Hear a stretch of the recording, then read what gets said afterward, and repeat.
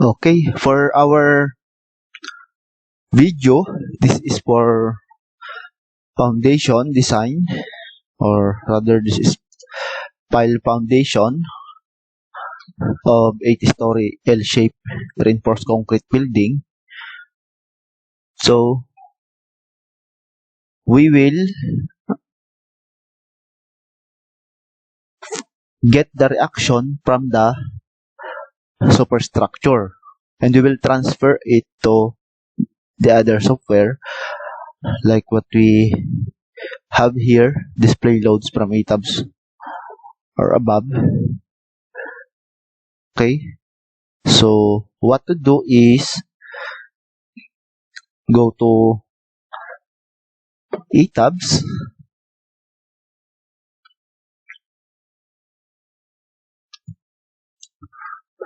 but before we I will just explain how to get the initial number of piles. Okay, so before that, what is the load combination to use? Okay, so for our strength design or ultimate load combinations, we use this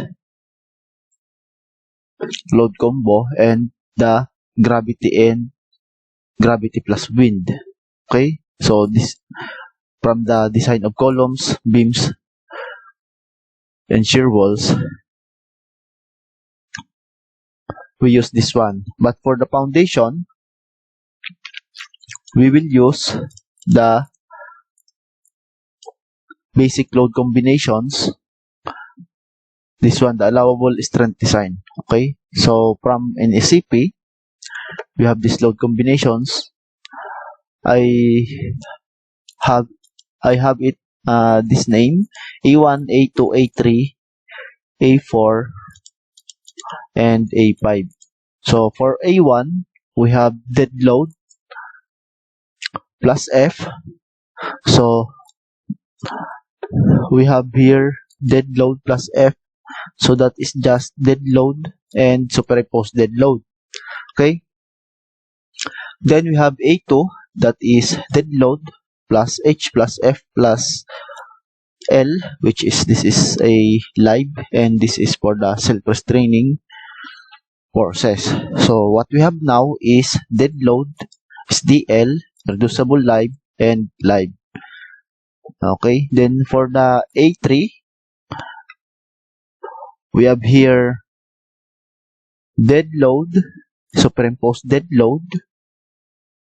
Then we have roof live, this one, roof live. For A4, we have here dead load, superimposed dead load, reducible live, that is 0.75 of live plus 0.75 of roof live. So this value. Okay, for A5 naman, we have here, this is for wind, dead load plus 0.6 of wind. Okay, so we have here dead load plus 0.6 of WX, 0.6 of WY, then we have also for the negative values. Okay, and for the A6, so this is rather a A6. Okay, so we have here dead load plus earthquake over 1.4. So what we do is we have here dead load plus SDL plus 1 over 1.4. This is EX, static for the static case. So but we will have here RSX, and RSY. Okay, so we also have negative values. Okay, so we will define that in safe model, or in ETABS you already have this one defined. Then we have also alternate basic load combinations. So this is S7, S8, S9, S10, 11, and 12. So here what is sometimes the dominant here is dead load plus 0.75 of live plus 0.75 of crook live plus wind or earthquake all over 1/4. So the value here basically 0.75 for earthquake all over 1.4 will give you 0.535 like that. So but there is a live load here. In the earthquake here don't have a live load, and also this is 1 over 1.4 and here is 0.75 over 1.4. But the allowable here when using this alternate basic load combinations, a 1/3 increase shall be permitted in allowable stress for all combinations, including wind or earthquake. So for example, if you are using these load combinations, for example, you have a footing that is 100 kPa, that is the allowable stress, or this is the net SBC.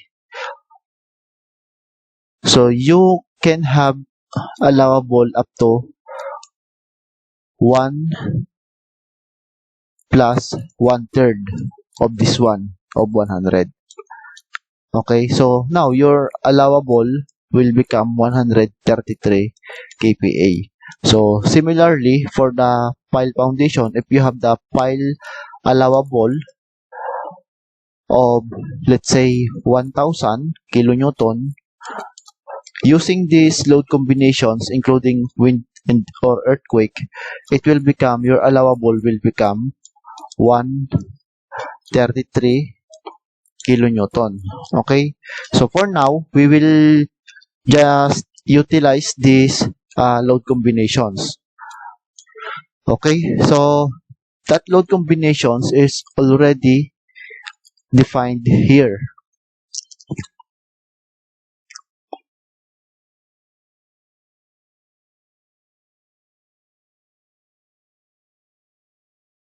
Okay, so that A1, A2, A3, A4, A5, this is including wind, and A6, this is A6,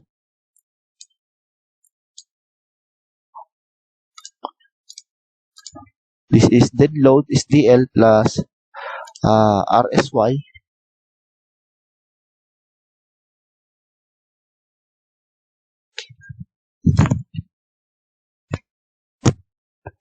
Okay, so we have we will rename this one A6.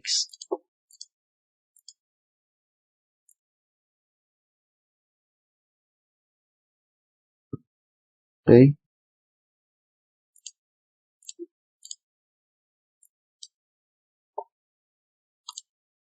then we have here service envelope A1, A2, A3, A4, A5, A6. This is envelope. Okay, then this is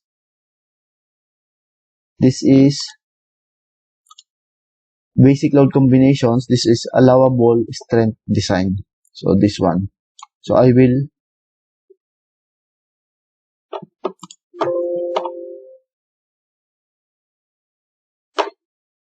put here ASD, allowable strength design. So if you want to define this another alternate basic load combinations, you will have these load combinations. You will have these load combinations. Okay, so for now I will not define it. You can do it on your own, so it's easy. You just input it here, add new combo, and you will put the load combo name and the scale factors for that load combo. And you can also make a envelope of that. Okay, so now if you wish to do that, you will now have the service envelope using alternate basic load combo. So for now, we will utilizing this load combo, this A1 to A6. Okay, then I will just click OK. Then I will just click run. Then I will go to base. Here we have here what we will get the one way to easily check the number of files is number one, you know what is the file capacity. So the file capacity, basically that is from geotechnical report, or that is from geotechnical engineer. Okay, the geotechnical engineer, for example, will give you the capacity from toe level plus the friction capacity. Okay, that total is your allowable pile reaction. Okay, so meaning when you have column reaction, for example 5,000, you will divide it by 1,350. That will give you a number of pile. But that is just for estimating, because we are just dealing with the reaction of, usually this is actual reaction and the moment. So I will just select this one, absolute max, and I will apply this one. So for example, for this column here, for this column have reaction of service envelope absolute max equivalent to 9,000 kilonewton. Okay, I will just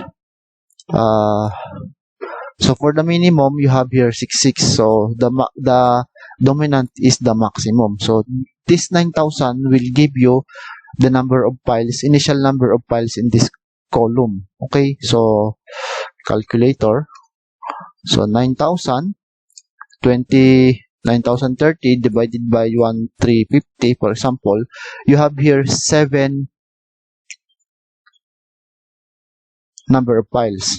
Okay, so what to do is, for example, you have column here, you will put pile cap here, and you will put the 7 or 8 or 9, you will put this one 9, because you have here a moment, mx and my. So this can also be dominant in some cases, because if you have pile cap here, then this is your P axial and you have here moment. Then when you have moment here, there is a tension and compression stresses at the end of the pile cap. So that stresses or that moment from your column, the outer pile will take care of that, and for the axial it will be uniformly loaded. Okay, now we will have this initial value. So for example, we will have this value. So now you can draft a pile foundation with this initial value, how many pile caps, how many piles are needed in each column. Okay, and then the draftsman you will give the number of piles to the draftsman and they will do it, or you can do it as an engineer. You have to do it to avoid error or any wrong, but it's up to you. It's a drafting issue. There's no problem with that. It's just from your instructions. Okay, then here for the shear wall, you will see for the shear wall that there are only 2 points. Okay, but there is a joint here with the reaction. So this is invisible at this time, but if you look at the 3D, there is a reaction there. If you apply, so you have only 2 reaction. Okay? But if you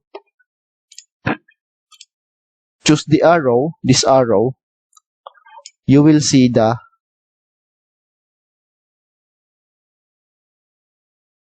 value of, for example, I will remove the flexure. So now you will have this value 5,000, 7,000, 5,000, 7,000. So this is true that the shear wall experiencing lateral forces, and the reaction is here. It will be tension or compression. So if I said I will just having this force,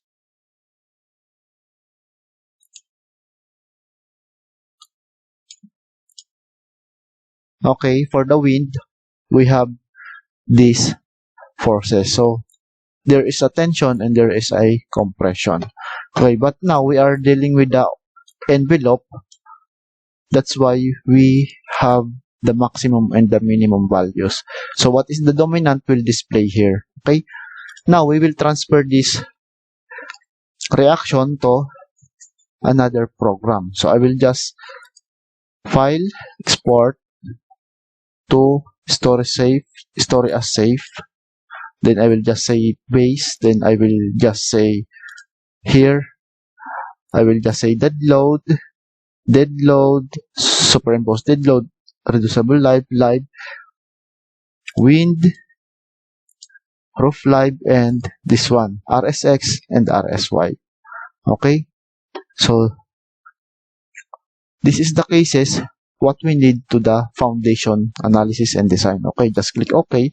Then I will just select, let's say all. I will just say all, or then click OK. Then I will just have a, let's say,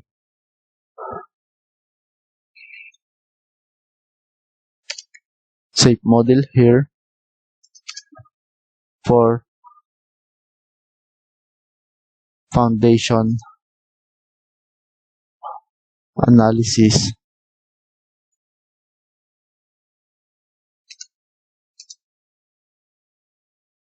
Okay, then I will just, I don't want to rename this one, then I will just click OK. Then the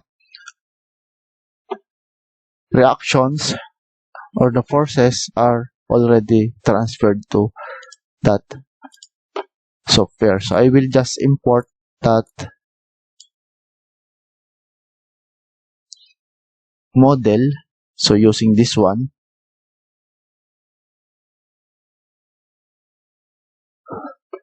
so I will have here this one, and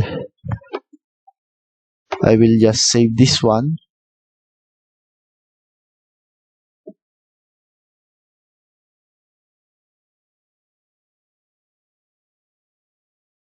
Oh,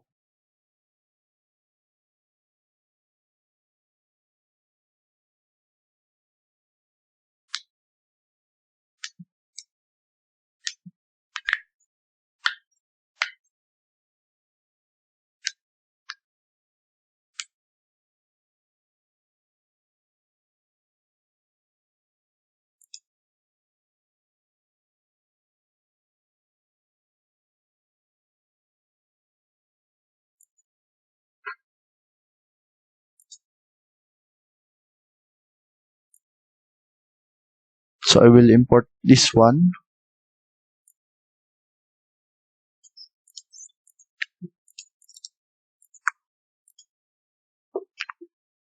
Then I will save this one. Let's say I will save it here. So foundation.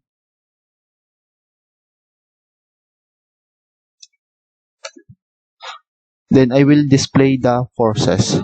So I will just click 3D, then display, show loads. I will show the loads from the, let's say, dead load above. This one, this dead load above. Click OK. So, for example, we have here this value.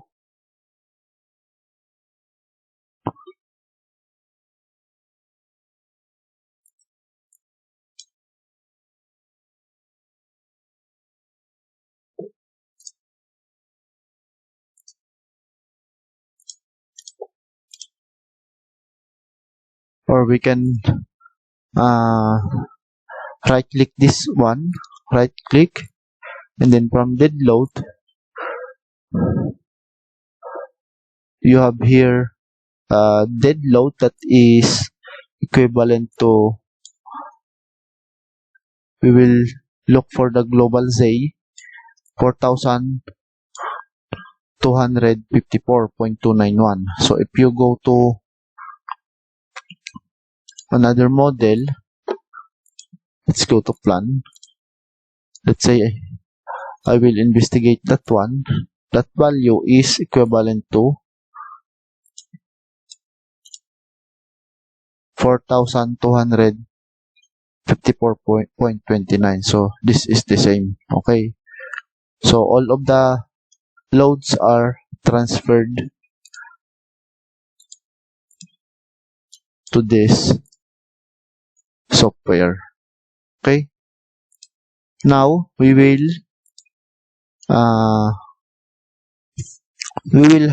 draw. I will draw a, or I will define point spring for the safe model. So for example, this point will never coincide with other column joints. Okay, so for example, I will put 9, 1, 2, 3, 4, 5, 6, 7, 8, 9. So from my initial checking, I need 7, but I will put 9 pile lookup piles here. Okay. So the draw pile cap with each distance equivalent to 450 over 2 plus 300 equals 525. So for example, this is your pile cap, then this is your pile. So this value from the center of your pile, this is a 450 over 2. Then this is the 300. So when you model this one, the distance of this is 525. Okay, that is 525. Okay, so for now we will draw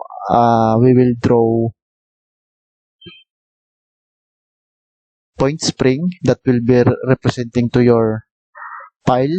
So this is the point spring. So we will define point spring. Okay, so we'll just go to define and point spring.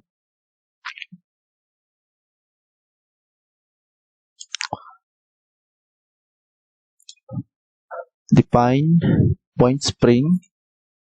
Then I will just rename this one. Let's say 1350 kilonewton.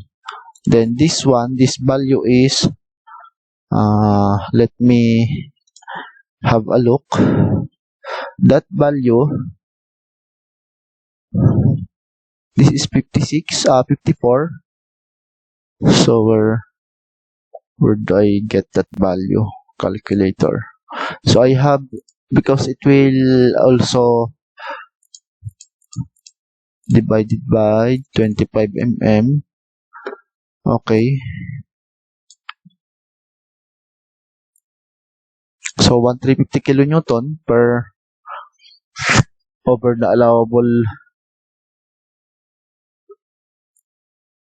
settlement. 1350 divided by 50 mm settlement times 2. factor of safety will give you 54. Okay, so that value is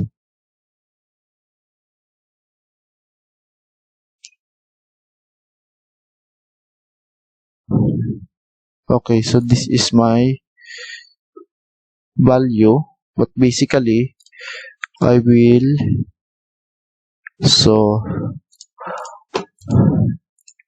point spring to use considering 25 mm allowable. So I will just say that this is 50 mm allowable and this is 50 mm allowable. Okay, but your factor of safety equals to 2. Then you will have here this value times 2. Okay, so you have a 54. So point spring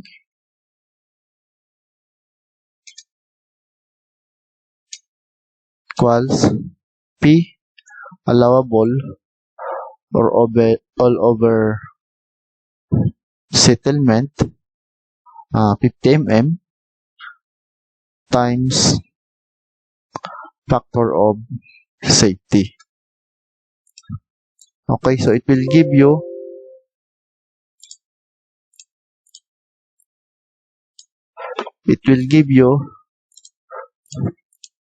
54 mm. Okay.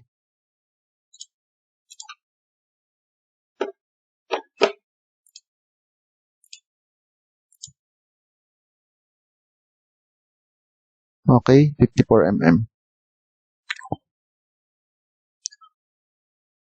So we'll go back here, define point spring. So let's have this divide 50 times 2. Then the translation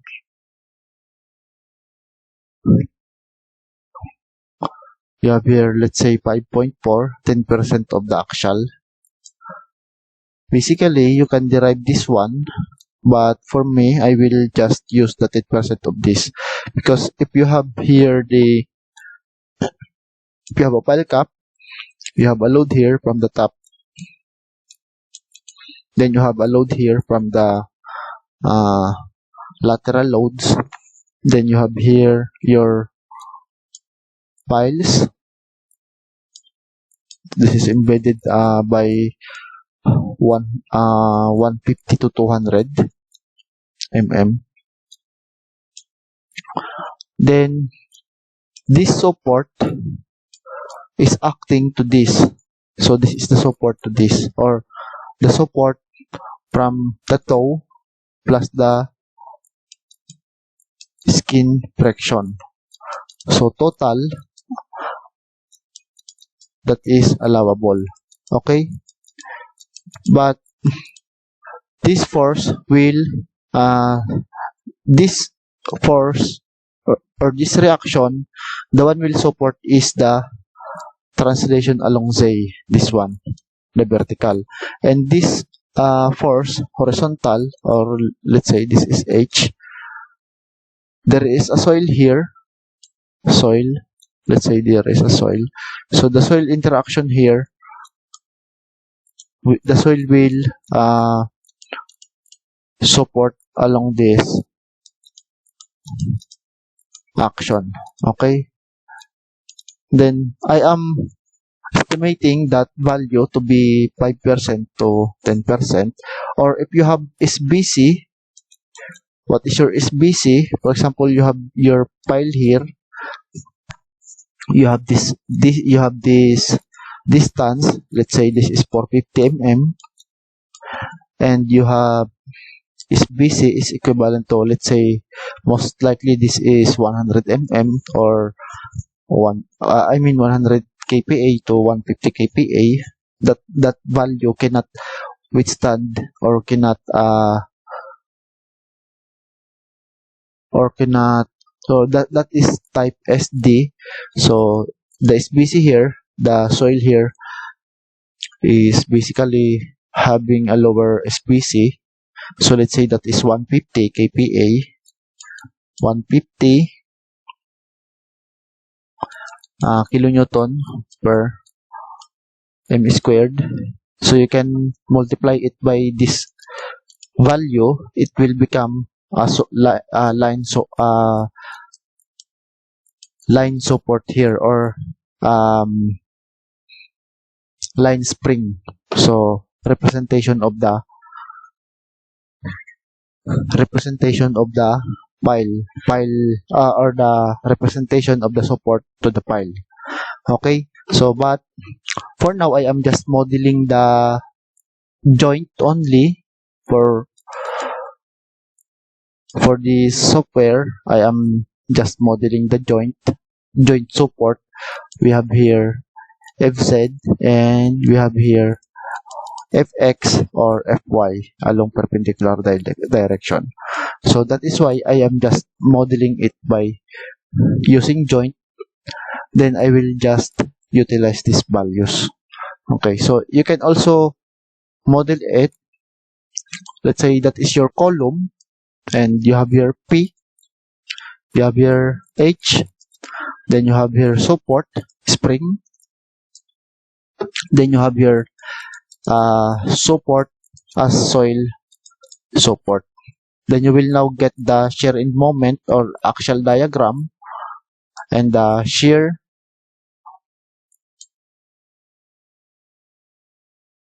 end moment. So let's say this is the moment diagram.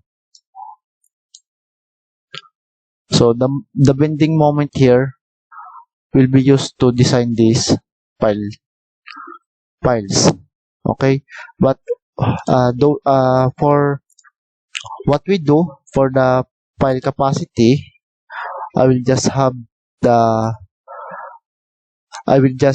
this value from the soil report, and I will just check the strength of the piles utilizing this roughly 1/5 of column capacity. So I will just compute the column capacity and divide it by 5. So it will give me 1350 kilonewton. So that's why the strength of the pile, this is treated as a column capacity over 5. And for the soil investigation, I have 1350. So this value is too close, and I can conclude that the pile 450 by 450 is also enough, having enough strength. Okay, so this one, it will the representation of this one is the capacity at toe level and the skin friction. But this one, this capacity is for pile capacity alone, treated like a column. Okay, then I will just click OK. So I will now model here for example, I want to model 9 piles like that. Then the distance of this is, minimum distance is 2.5 times D, or the diameter of the pile. So if you have 2.5 times 450, you will get 1125. So from this, I use precast pile is 3 times diameter, or so I use 1350 mm. So the distance of the pile is 1350 mm. So we will model the pile cap, or we will model the piles the point spring representation as a pile. So I will just draw points.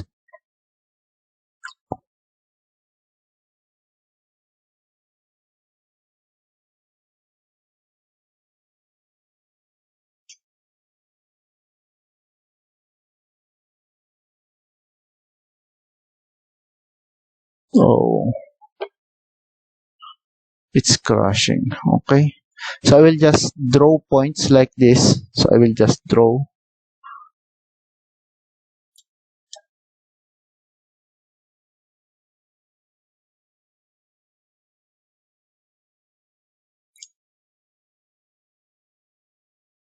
So I will just draw point. Then from this point there is a load, and you don't have to draw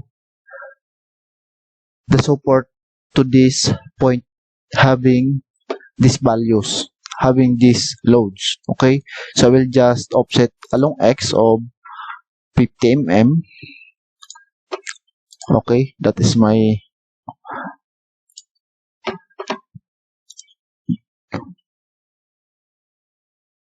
this is the point that I have drawn. So there's no value. I will just select it and assign support data point spring. Point spring. Assign support data point spring. So this is the spring, and I will replicate this one 1350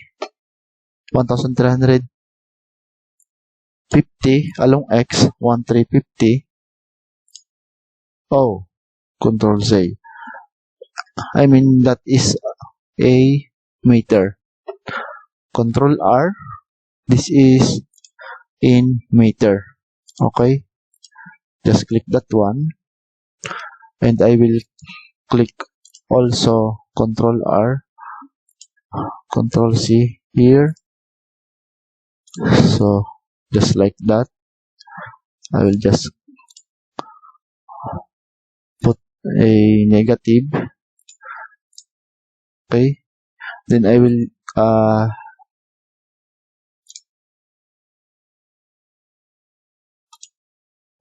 Control R. Then I will just copy this one and put 0. Control. So these 9 files I have modeled is because if you do the from the etabs, we get 7 files. Okay. For example, I have this column. The reaction here from the etabs is gives almost 7 files. Okay. Then I provide 9. Why I provide 9? Because you have here overburden soil. You have here dead load or end live load from ground floor also, and you also have the weight of this pile cap. Let's say this is 1 meter or 1.5 meter. That is also additional loads. That is why I put 9. So that's the reason.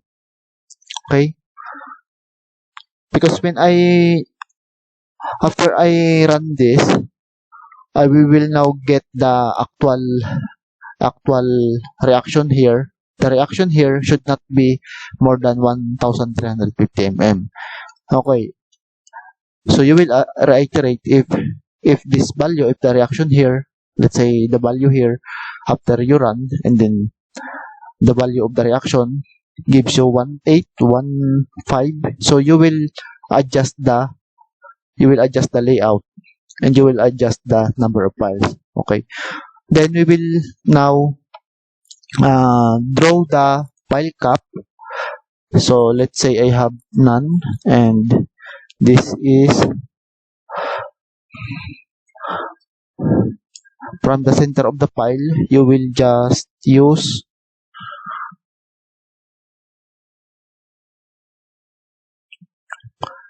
5.25 or 0.525.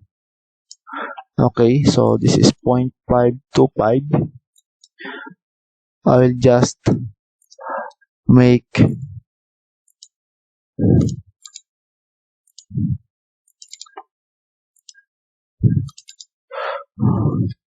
so I just put a marker where the slab extent, or where the pile,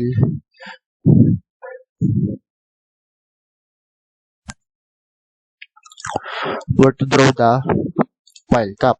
Okay, so you will define the slab. Let's say modify. So let's say this is PC1, PC1. Then the material is say 830. I will just let's say we have this. Let's say we will be using 5,000 psi for the pile foundation. Then this value is 24. Then this just for 700 square root of a prime of c, square root of 5 times 6.9. Then you will have here 5 times 6.9. Then we'll just click. So this is your 5,000. Then this is your rebar. Let's say FY 414 megapascal. Then you will have here 414. Then I have here 414 times 1.25. So click OK.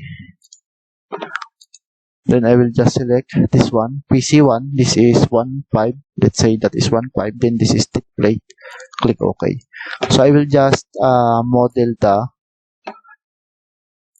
file here. Okay. So it will now represent a file cap. So I will just select this one, then add, assign load data, surface load. So for example, you have a column, and this is your ground floor, and this the ground floor will having slab thickness, and there is some overburden soil here. So let's say this is 1 meter. That will be times 18, so it will become 18 kPa your loads here. Okay, then I will just add superimposed dead load equivalent to 18. I will just click apply. So this is it. And what to do next is you will draw pile cap and piles here, assign point spring, assign loads, and you have to define the load pattern. So the load pattern is already here from ETABS, and you will define the load combination. So the load combination is already here. You can review it one by one. Then you will get or you can add service load combo, because the service load combo did not transfer here. So you can review it one by one before you go to analysis and design. Okay, one by one. Then I will just click OK. So this model, I have here a completed model. So you will do it by yourself, modeling this hole. So I will just click open. Then I have here foundation, revision 0. So this is the model I have. Okay, for this model, I have a load combination. Let's say I have service envelope. This one, this is envelope. And you will run this one. Let's say I will run this one. Then I will show you the reaction. So the reaction here should not be more than allowable. Okay, so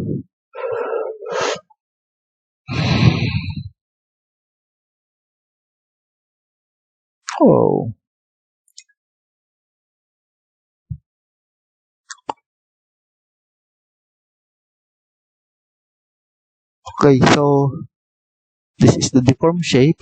So how to see the reaction, or we'll just go here.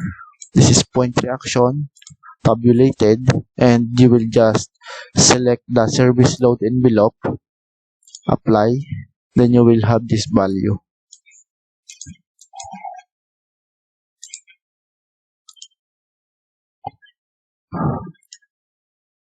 You will have this value. So this will not be more than 1350. So 1000, 1100. So the 9 piles here are adequate. Okay. Then when you go here, you will find also the 1350 is okay. The number of piles is okay, is adequate because it's not exceeding the allowable of 1350. But in this case, in the shear wall, I have here 5000, 5900. So here 1200. So this is not enough. So meaning I have here 5000 all over 1350. So almost 4. So this is inadequate. So you need to add more piles. So you need to add, let's say, 3 piles or 4 piles here. But you have to lay out it using 3 times diameter, or let's say I have here additional.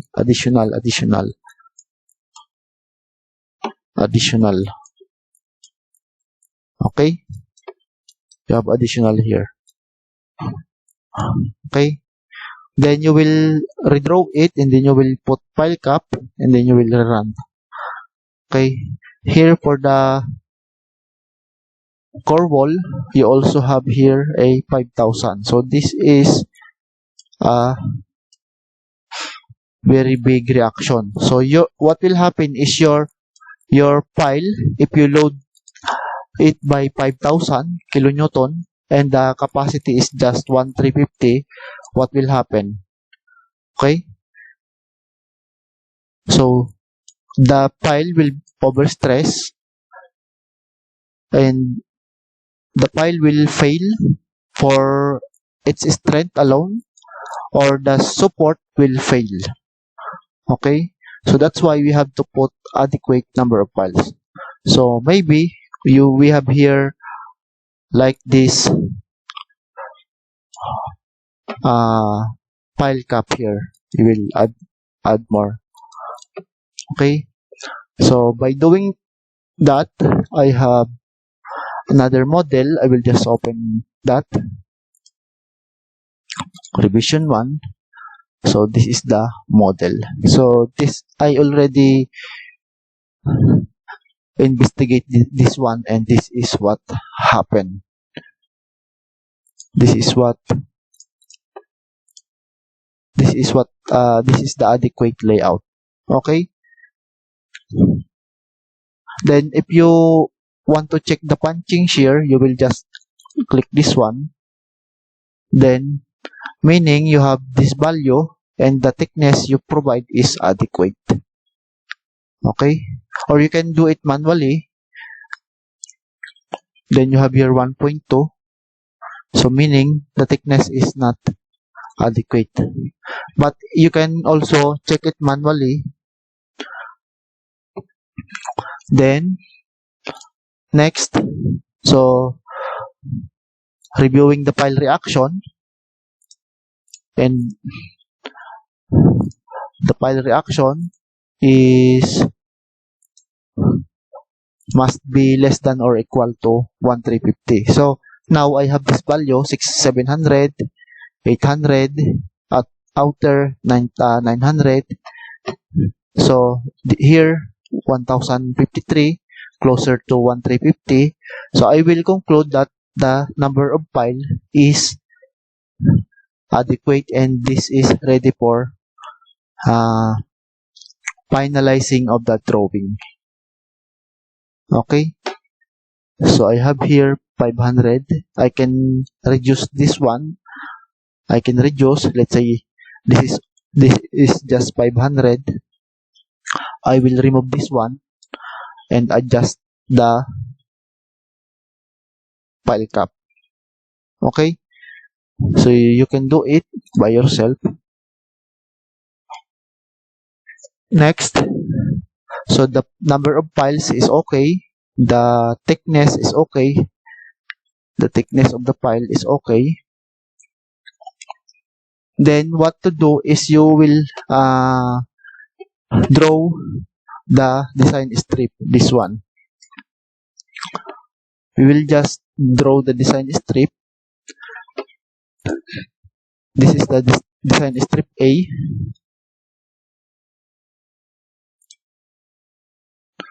And this will dictate your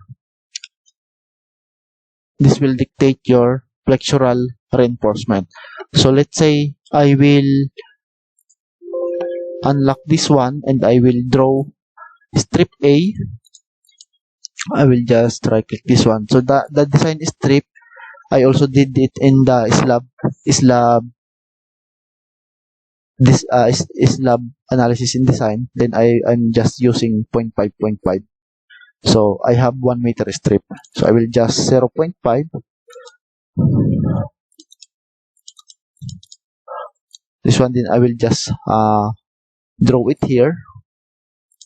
Okay, or draw it here.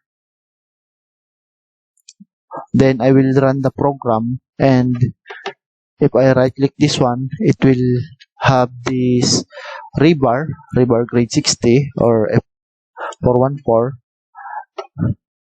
Okay, so I will just click it.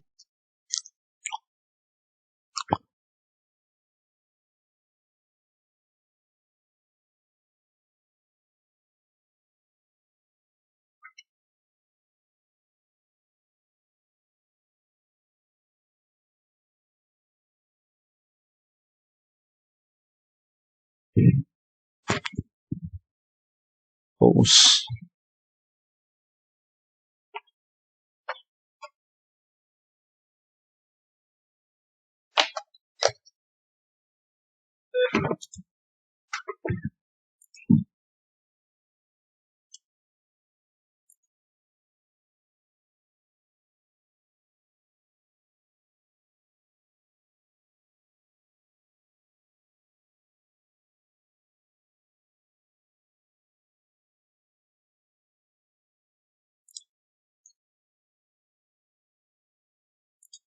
Okay, and then after running, let's say I will show the rebar or the flexural design here. So for the bottom strip base, I will put 32 mm and I will show none, apply. Then it will give me at per meter I have 5 diameter 32. Here I have here at the bottom I have 14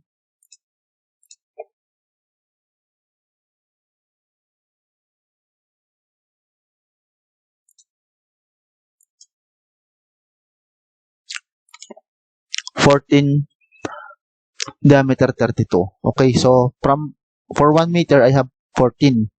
So you can bundle that one if you like. So this is just then the designer will make a sketch for the rebar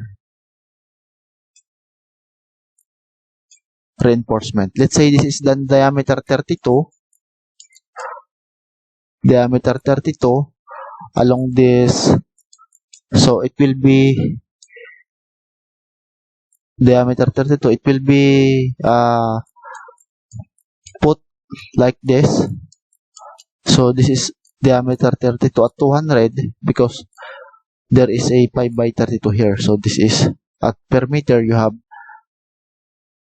5 pieces. Okay. So here at this portion you have extra bundle. Okay. Or you can put here extra bar of 36 mm. How to do that? You can do the 32 at 200 and you have to make it 36. So 736 is your extra bar here. So the rest will be treated like that.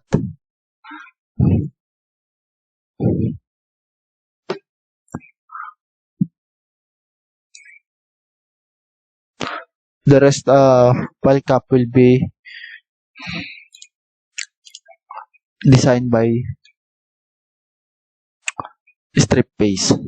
So you have 8 by 36.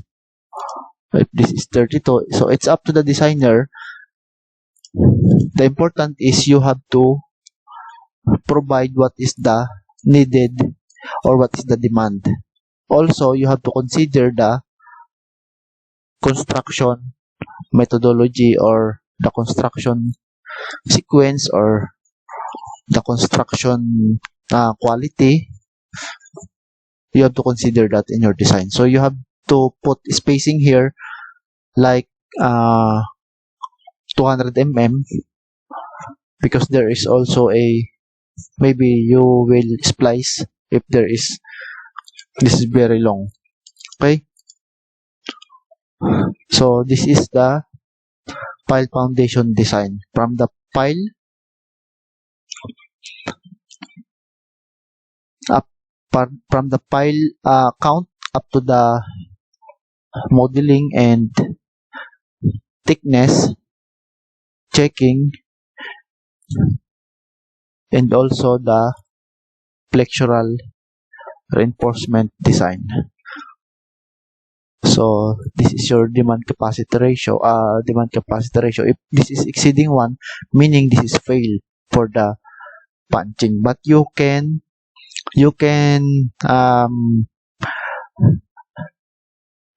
verify this one, because sometimes it's giving non-realistic approach because of the effective punching perimeter. What to do is you can analyze this as slab, and you knowing that you have a reaction here, RU, from the reaction, then you have to evaluate if it can punch out the pile cap. Okay, then you have here also a column, it will punch it. But if there is a,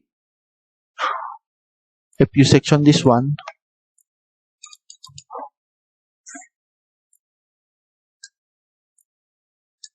there is aspect ratio to be considered if you have a pile here. So if this is directly above the pile, it will not impose a punching because there is a support. Okay, so this is the end of this video. I hope you learned from this.